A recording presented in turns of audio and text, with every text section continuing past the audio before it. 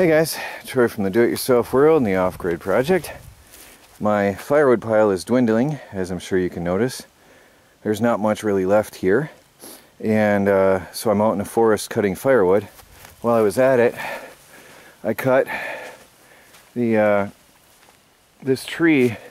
I trimmed it to where the solar panels are going to go. Right about here is where the new solar panel rack will go, just off the side of the driveway.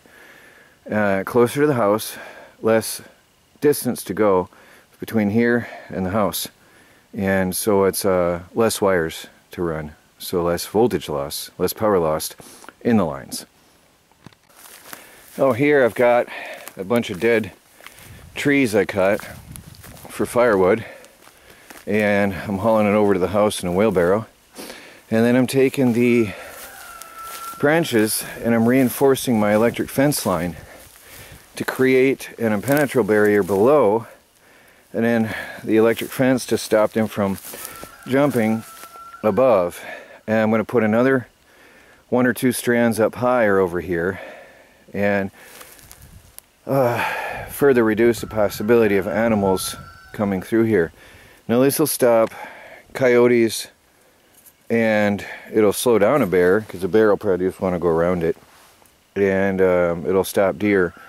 Now the deer at this time have been jumping over the wire or going under it, therefore I've been reinforcing with all the dead branches that I cut off the trees. I had started this in summer, but I figured it's better to do this in winter time when it's colder, more moving around. So I'm bringing the level up to equal to the wire, so nothing really can climb under, or rather nothing will want to, and come over and eat my apple trees. This one hasn't been touched, but this one over here has had some branches nibbled off, and especially this one here has had some nibbling done on it. So some of these are older, but there's a relatively newer, there's a newer cut. So the deer have been bypassing my fence and eating on the apple tree throughout the summer months. Now that it's winter, it's going to get worse. So I'm reinforcing the fence line, and I think it's sort of neat looking to have the brush fence all along the perimeter of the property. And when I'm done, it'll take some time. It's not an overnight thing. But when I'm done, it'll hopefully stop the animals from eating our trees in the night here throughout the winter, because apple trees are a tasty treat for the deer in that time.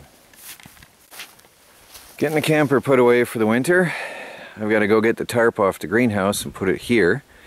Most of the plants from the greenhouse are dead from that killer freeze we had. Weather caught up on me before I was ready, and that can happen when you're building something new in the fall. Anyway, I want to get this dragged off and put away, and get a tarp over it, protect it for the winter months, and probably put some mothballs under it, not in it, but under it, to keep mice from messing with anything. Here in the off-grid electronics lab, we're in MPPT mode, 31 watts. It's a dark, gray, yucky day.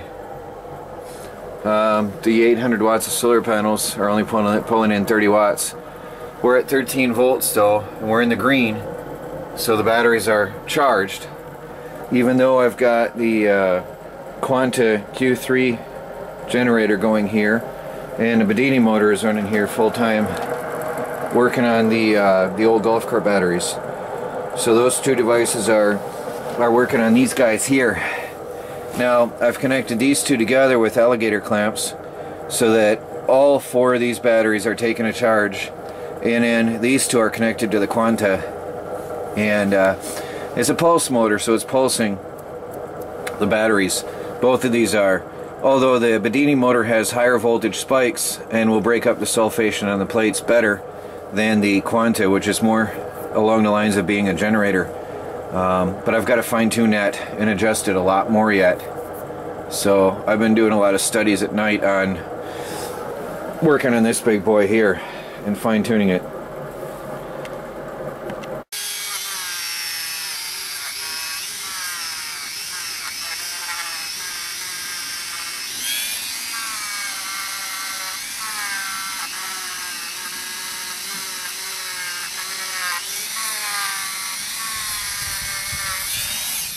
I'm cleaning off the connectors here that belong to my battery bank over, well, from the electronics lab.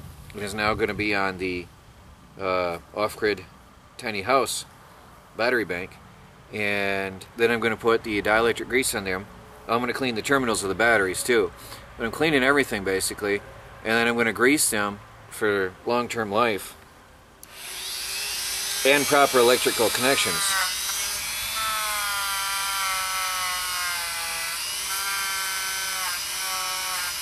I figured this device is faster than using a handheld brush, because there is some corrosion on these.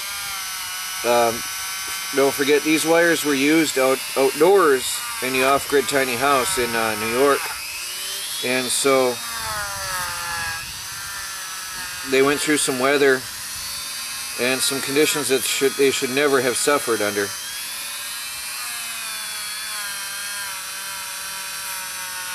So I just hope to clean them up, make better electrical connections, and then put them back into service. Some are better than others. This one here isn't bad at all.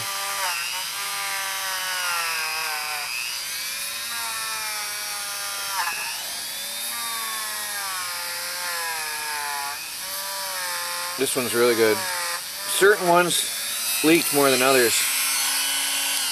So I'll get these done, and then we'll get on to putting this battery box together. Hey guys, I have Permatex dielectric grease, which I'm going to put on the battery terminals of my battery box to protect and preserve everything from corrosion. And there's a better non-glaring view. Dielectric grease, designed specifically for battery terminals and electrical connections. Hey guys, getting late, getting dark, but I'm still working. Was out hunting, fired off a shot about 30 yards away, and the deer ran off without a trace of blood, so I might have bumped my scope or something. I have no idea. It was a clean shot. It was a clear shot, and I missed it. Now, I started to put this all together earlier today, and then I realized I forgot the dielectric grease, which I just showed you inside. So, I'm going to apply it here.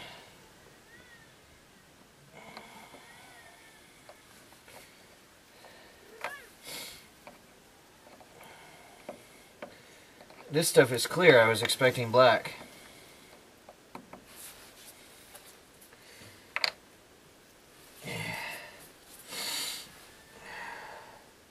Cold out. So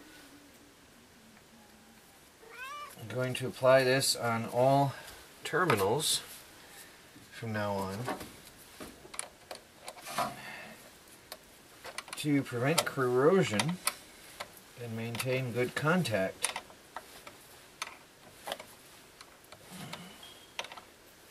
Actually, I'm very surprised because I'm familiar with the black stuff. So this is different.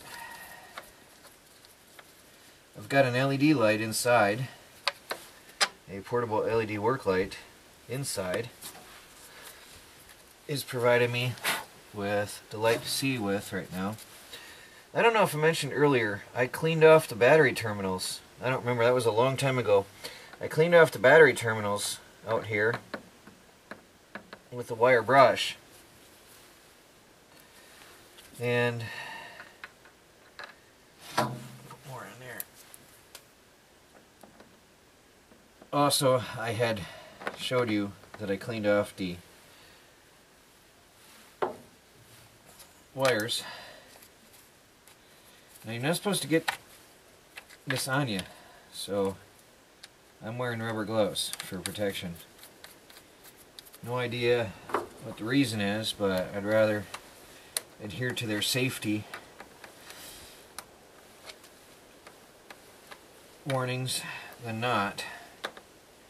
And the rubber gloves help a little bit with the cold out here. Okay, I'm probably gonna, when I'm done, I'll coat all these a little bit more to further prevent corrosion. And for, let me see, I'm going to use the worst of the corroded ones on the inner contacts because they only need a single bottom contact, whereas the, let me see, these will be good for above 1, 2, 3, 4. The others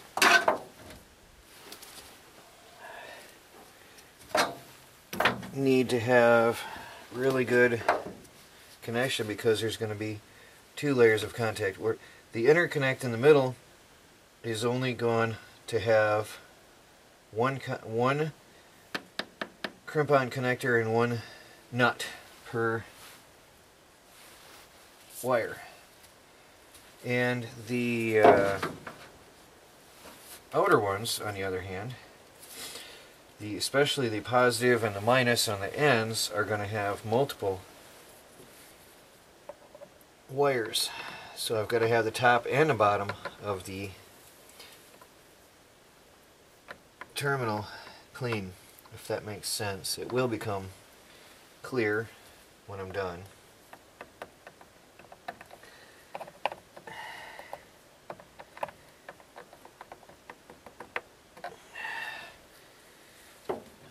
Everything's different here, guys, in the new homestead. I'm doing everything way different than I ever did before and trying to be more professional in my work.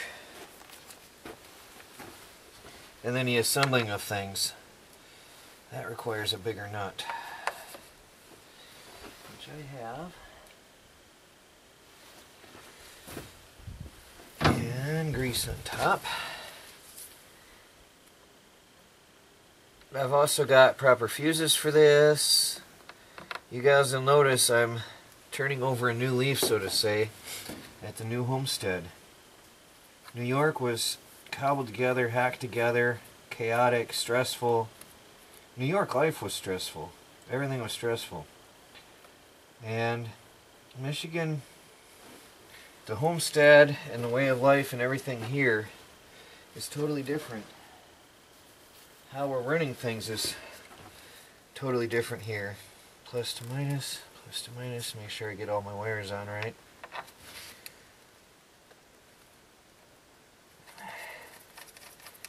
Just trying to do everything a whole lot better here. Oops, I forgot the grease on top.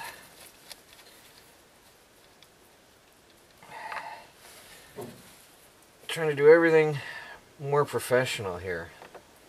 I mean, I tried in New York, but I just didn't have the finances. And it was just so stressful, like I said. Everything was so stressful. Here, projects are going maybe a little bit slower. A lot of people are mentioning how I don't complete things as fast as I did before, but therefore I'm completing them in a more thorough and proper manner, like for example the dielectric grease on this, whereas before I would have just slapped it together and not concern myself with that because I just wanted it done. So I'm going to go ahead and finish all these wires, and then that'll be the project for the night. Okay, now I've got a set. I've got 4 12-volt batteries, so 6 plus 6 is 12, connected, minus to plus, minus to plus, minus to plus, minus to plus, and that gives me 4 12-volt batteries now at 225 amp hour capacity. So I've got 2, 4, 6, 8, 900 amp hours here capacity. And now I'm going to connect plus to plus to plus to plus and minus to minus to minus to minus. Then that'll be it for tonight. And there, guys, is my solar power battery bank for the soon-to-be fully off-the-grid tiny house. 900 amp hours of battery capacity, and when it's heated up from the warmth of the house, it will come up to its full capacity, just like in summer. So that's it for tonight. I do have a package inside I'm going to open up, but for outdoors, that's it, guys. A box came in the mail. I think I know what this is, but I'm not sure, so let's see.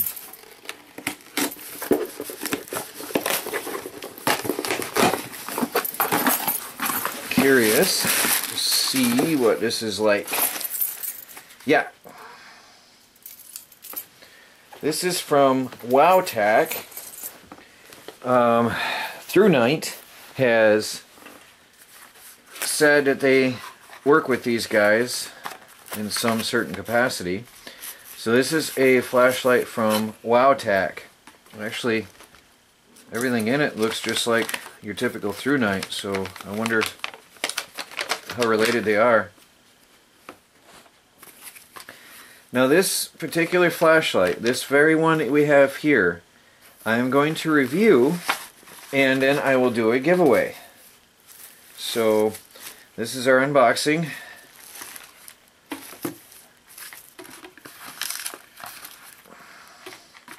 And we have very good quality stuff, as I'm familiar with.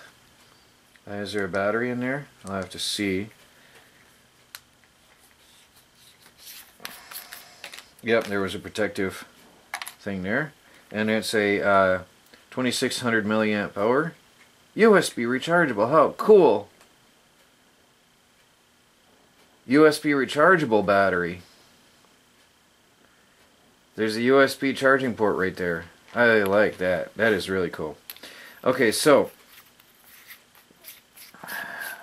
I may have to charge it. Let's see if it's charged or not. No, I'll probably have to charge the battery. Let me see. Anyway, we have... Oh, there's nothing in there. I'll take that out and I'll set that up. So we've got some extra gaskets and seals. We've got a USB charging cable, which I am not going to untie so that the newness of the product is there for you. There's a shirt clip, which I won't use. Since this is going to be a giveaway, I am simply going to review the package and put up the review video. And in this very light, I will be giving away to some lucky winner on the Do-It-Yourself World YouTube channel for the 100,000 subscriber giveaway. We are going to celebrate once a month for the next year and give away a product every month, or give or take, month and a half or so as it comes, for celebrating that I received 100,000 subscribers. I was waiting for the silver play button to arrive, but it's been months. I'm going to start doing this. So watch for the review, guys, and when I'm done, I'll put up the giveaway contest, and we're going to have some fun in the coming year. Troy from the Do-It-Yourself World. Talk to you later.